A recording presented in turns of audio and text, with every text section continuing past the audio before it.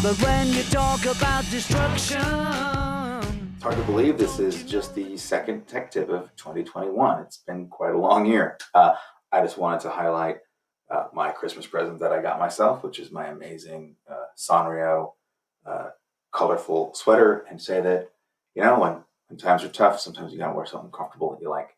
So that's my stay healthy tech tip. This week's tech tip, a reminder of something I told you about in December, our new tutoring website, paper.co, which right now is available to students who are English language learners and redesignated in grades 5 and up. It's also being expanded with more licenses for students that are struggling at the high school, potentially the middle school. So if you want to see which of your students have access, go to paper, click login, click not a student, and then sign in with Google. You will then see which of your students have access, how have they logged in, and you can investigate what they're asking questions about.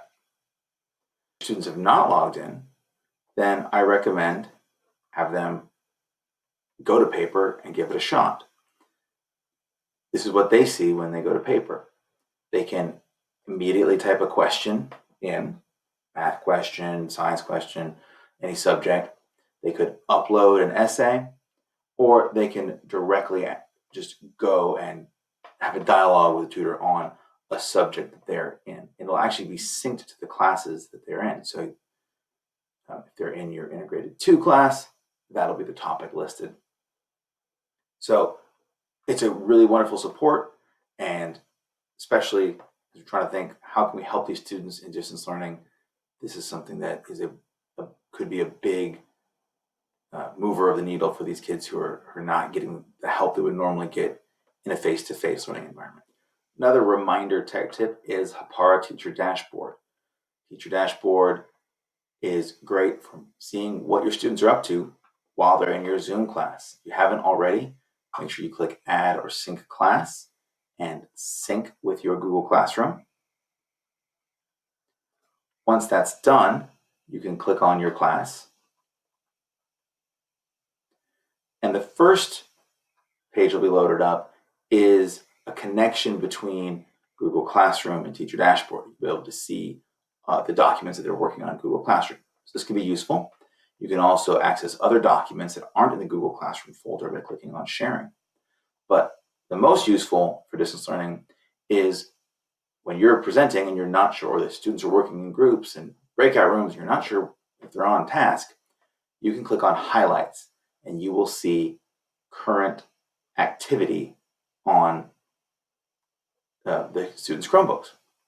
If activity is not showing up, then either the student is not logged into Chrome on a personal device or on an official Chromebook from the school. But you can also have them, or if there's something wrong, you can send them instructions on how to do a diagnostic. This is great to practice getting all your students on this and to use it regularly in grades kindergarten through senior year. Will help you do what you would do in a classroom, which is when students are using computers, you would wander around, you would notice their activity. This is a little more complicated because you have to have a tab open, running that, occasionally check on it. One thing you can do, you don't have to monitor it all the time, is if you click Activity Viewer, it'll total up kind of the general activity of students and give you unique activity. So in general, if you're asking students to go to Google Docs for some reason or Classroom, those should be up here. And then things that are kind of off topic might show up here under unique activity. If you want to speak to a student about something, then you can just go and take a snap, and then that will be saved under snaps, and you can directly email a student about their activity behavior, or a parent looking for some parent support. If you haven't used Teacher Dashboard in a while, using it can really help support distance learning.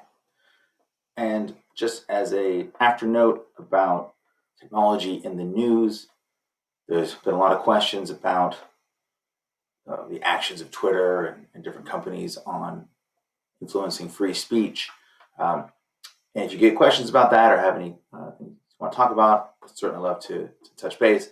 But the Cliff Notes version is that it is perfectly legal under the First Amendment for these companies to enforce their terms of service, ban users, suspend users, and no longer do business with companies like Parler if they feel that they don't want to.